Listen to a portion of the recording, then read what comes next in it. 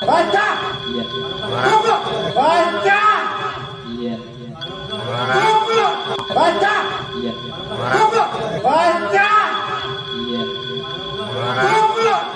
Goblok. Ditoel dari belakang. Ditoel dari belakang. Ya nggak apa-apa dari belakang, karena itu akan berhasil. Karena kalau Noel saya dari depan gitu ya, face to face gini Noel, ya jangan berharap. Jangan berharap.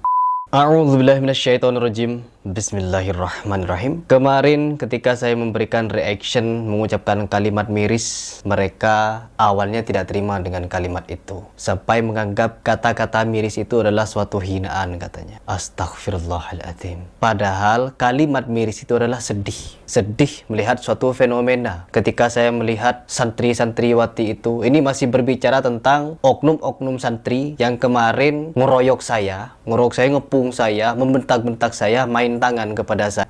Di sini saya semakin miris, semakin sedih ketika melihat kenyataannya seperti ini. Ketika ada kritikan, ketika ada video-video tanggapan seperti itu di media sosial, mereka dengan bangganya memvideokan, ya, meskipun tidak tahu itu siapa yang memvideo dan siapa yang mengupload. Mereka menguploadnya di media sosial. Ketika tersebar, diberikan tanggapan oleh netizen, diberikan pemaparan pandangan yang berbeda oleh netizen, mereka marah. Geruduk sana, geruduk sini. Kenapa saya mengucapkan geruduk sana, geruduk sini? Mereka oknum-oknum santri.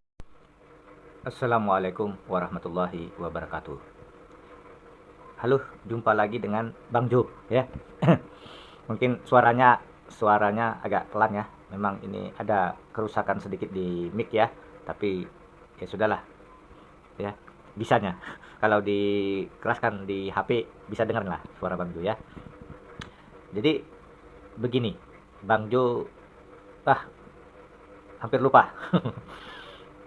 Kepada para sahabat, teman, mudah-mudahan diberikan rezeki, dimudahkan urusannya, diberikan kesehatan ya.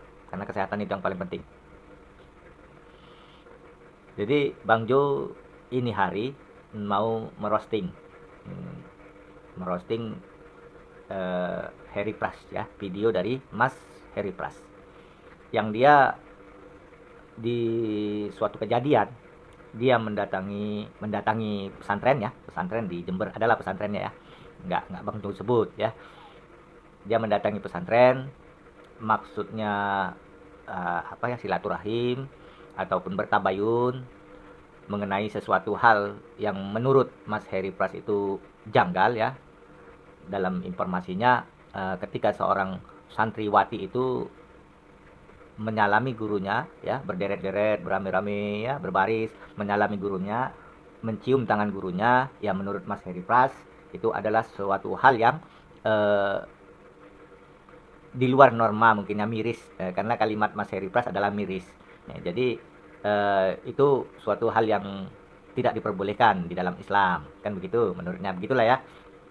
Jadi ketika Mas Harry Pras tadi mendatangi pesantren tadi di Jember, mau tabayun, silaturahim, beliau mengalami keadaan ya, mengalami situasi yang tidak mengenakan ya. Ya, itu tadi dibilang persekusi ya mungkin ya.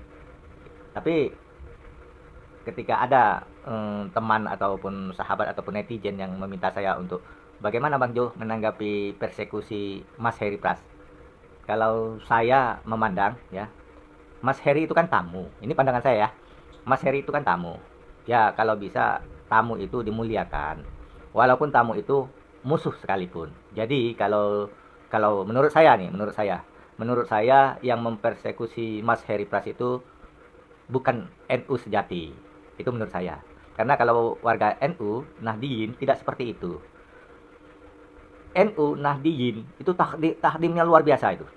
Sampai-sampai direndahkan oleh para habib ya, para habib keturunan Rasulullah palsu ini, mereka masih bisa bersabar begitu. Nah, itu. Kita ambil contoh ya, kita ambil contoh itu saja ya. Jadi kalau menurut Bang Jo ini bukan warga Nahdliyin, warga NU bukan. Ya kemungkinan ya kartu anggota NU tapi belum tentu jiwanya jiwa NU. Bang Jo mengatakan seperti ini, walaupun Bang Jo kan di luar NU, bukan NU. Memang Bang Jo bukan NU, tapi Bang Jo mendukung NU. Ya, jangan salah. Jadi balik lagi ke kasus Mas Harry Pras. Di video Mas Heri Pras yang mereka itu ya, yang santri-santri daripada pesantren di Jember ini tadi, yang tidak ibaratnya keberatan dengan video Mas Heri Pras adalah Mas Heri Pras itu merasa miris, ya, miris dengan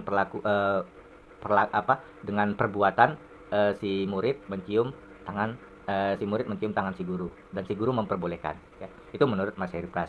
Dan menurut agama pun secara syariat, dilihat secara syariat memang itu tidak boleh gitu. Tapi ada dua pondasi hukum, syariat dan hakikat. Nah, memang menurut syariat itu tidak boleh, tapi menurut hakikat itu belum tentu juga haram, ya. Belum tentu juga haram, belum tentu juga itu bisa jadi itu tidak haram, bisa jadi, ya. Jadi tapi kan menyentuh tangan si guru itu tidak boleh. Ya, memang tidak boleh. Tapi kalau kita melihat hadis Rasulullah dari, kalau nggak salah, Abu Hurairah, ya. Innallaha la yanjuruna ila suwarikum wa amwalikum walaki yanjuruna ila qulubikum wa amalikum. Sesungguhnya Allah tidak memandang rupa dan hartamu, tapi Allah memandang hati dan amalanmu. Jadi bagi guru, ya, guru yang soleh, yang takdim, ya, dia bisa menjaga hatinya, ya, daripada perbuatan itu. Jadi hatinya, nafsunya ini, syahwatnya ini bisa dijaganya, ya, dari perbuatan itu.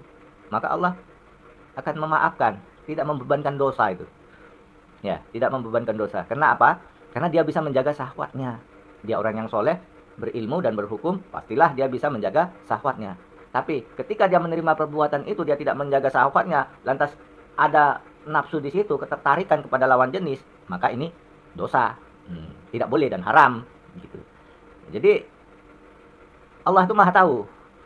Sedikit saja pun penyakit di dalam hati, Allah Maha tahu. Kan sudah dikatakan tadi, sesungguhnya Allah tidak memandang rupamu, hartamu, tapi Allah memandang hati dan amalanmu. Jadi di hatinya tadi, walaupun sedikit ada setitik nafsu, setitik keburukan, maka Allah Maha tahu. Dan ini ngeri, dan ini hukumannya berat. Fi qulubihim maradun fazadahumullahu maradah walahum adzabun alim bima kanu ya'zibun. Di hatimu ada penyakit, maka akan Allah tambah penyakitnya sehingga tertutup pintu hatimu, dan ingatlah azab Allah yang pedih. Dan tunggulah azab Allah yang pedih, ya. Jadi tidak main-main itu. Tidak main-main itu untuk menanggulangi syahwat itu, nafsu itu, tidak main-main itu. Hanya orang-orang yang dipilih oleh Allah dan orang-orang soleh yang takdim, berilmu dan berhukum. Nah, ini yang bisa menahan hawa nafsunya, ya. Ini dia yang bisa menahan hawa nafsunya. Jadi tidak masalah kalau bagi orang yang seperti itu. Ya, kita tidak bisa juga oknum kiai Jember ini bisa menguasai hawa nafsu atau tidak. Ya, kita jangan memponis dia bisa melawan hawa nafsu ataupun tidak bisa melawan hawa nafsu. Jangan kita ponis seperti itu, karena yang tahu keadaannya, yang positifnya ya si oknum tersebut, kiai tersebut gitu. Jadi nanti kalau kita bilang dia nggak bisa melawan hawa nafsu si kiai itu tadi, nggak bisa, ini dosa, belum tentu. Entah dia bisa, entah kiai tadi itu bisa melawan hawa nafsunya, sehingga perbuatan seperti itu tidak menjadikan dosa untuk bagi si kiai tadi, ya. Jadi ya Mas Heri Pras ada benarnya juga, ya, ada benarnya juga. Jadi seorang kiai tadi ini yang di oknum di Jember tadi ini pun ada benarnya juga, ya. Jadi ini masing-masing ada benarnya kalau dipandang dari segi syariat dan hakikat, kan gitu. Jadi kalau perlakuan, kita balik ke perlakuan, ya. Perlakuan daripada oknum-oknum oknum-oknum santri yang berbuat kepada Mas Heri Pras seperti itu, yang perbuatannya seperti itu kepada Mas Heri Pras, sementara Mas Heri Pras itu adalah tamu. Ini saya rasa keluar dari norma-norma adab dan etika di dalam hukum Islam, ya. Dan makanya saya katakan ini bukan pola-pola perbuatan daripada kaum Nahdiyin ataupun NU, ya. Jadi jiwa Nahdiyin NU itu takdimnya luar biasa. Diremehkan, dihujat, dipijak oleh oknum Habib yang mengaku juriah Rasulullah, padahal ras Yahudi pun mereka tetap sabar. Sampai-sampai netizen yang tidak sabar, makanya banyak terjadi penolakan kepada Habib-Habib yang dilakukan oleh PCNU ataupun sebagainya, ya. Itu netizen itu banyak yang gembira, ya. Netizen ini pun, ya, kita tidak bisa menyalahkan. banyak benernya netizen. Apa yang sampaikan netizen itu banyak benernya ketimbang yang tidak benernya. Ya positif lah. Ada netizen yang baik, ada netizen yang buruk, itu positif. Itu positif. Baik dan buruk itu ada.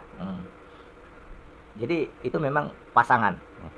Jadi kalau menurut saya dalam kasus Mas Heri Pras ini, ya ini tergantung daripada hatinya. Bisa nggak dia menjaga hati? Setiap apapun yang kita lakukan, niatkan, itu tergantung dari niat kita. Apapun yang kita perbuat, itu tergantung dari niat kita. Innamal a'malu binniyah. Sah atau tidak amal seseorang tergantung daripada niat. Kalau niatnya buruk, maka sahlah dia, itu dosa, kan gitu. Tapi kalau niatnya baik, sahlah dia, itu pahala, kan gitu. Ingat, Allah lah yang mengetahui hati kita masing-masing. Fi qulubihim maradun fazadahumullahu marada wa lahum azabun alim bima kanu ya'zibun. Itu peringatan Allah.